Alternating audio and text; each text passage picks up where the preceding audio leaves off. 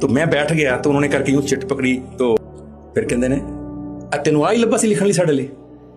अब चिट पे लिखा क्या था, एक मुलाकात वो तमाम रंगों में से वो रंग धो डालती है जो कई रंगों की यकजाई के बाद एक हो रहा होता है।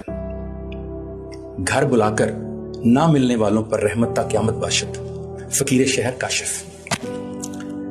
अब एक गैर हाजिरी मुलाकात के वो सारे रंग धो डालती है। ये तो तब लिखा जाए ना अगर मेरी उनसे मुलाकात रही हो कभी। मेरी तो मुलाकात ही कोई नहीं थी। मैं लिख रहा हूं एक गैर हाजिरी की शर्त, अब गैर हाजिर है।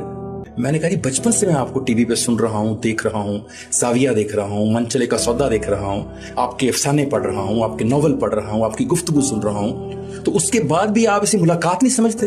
और मुलाकात किसको कहते हैं? तो इतनी मुलाकातों के बाद जो रंग जमा मेरे जहन में वो ये था कि शफाक अहमद एक दरगाह में बैठा बाबा है, जो भी जाएगा गुनाहगार हो, जितना भी बुरा हो, उसे गले से निकालेंगे, सीने से लगा लेंगे। मैं आया तो मैं गुनाहों के गठरा जैसे लाया था वैसे उठा के जा रहा था। तब मैंने लिखा कि एक गैर हाजिरी मुलाकात के वो सारे रंग, वो जाविये वाले, वो ड्रामे वाले धो डालती है जो कई रंगों की यकजाई के बाद एक हो रहा होता है, जो मैं जहन में बना के आया था। तो घर बुलाकर कि वो इतना कुछ आपने करके तो मुझे घर तक पहुंचा दिया।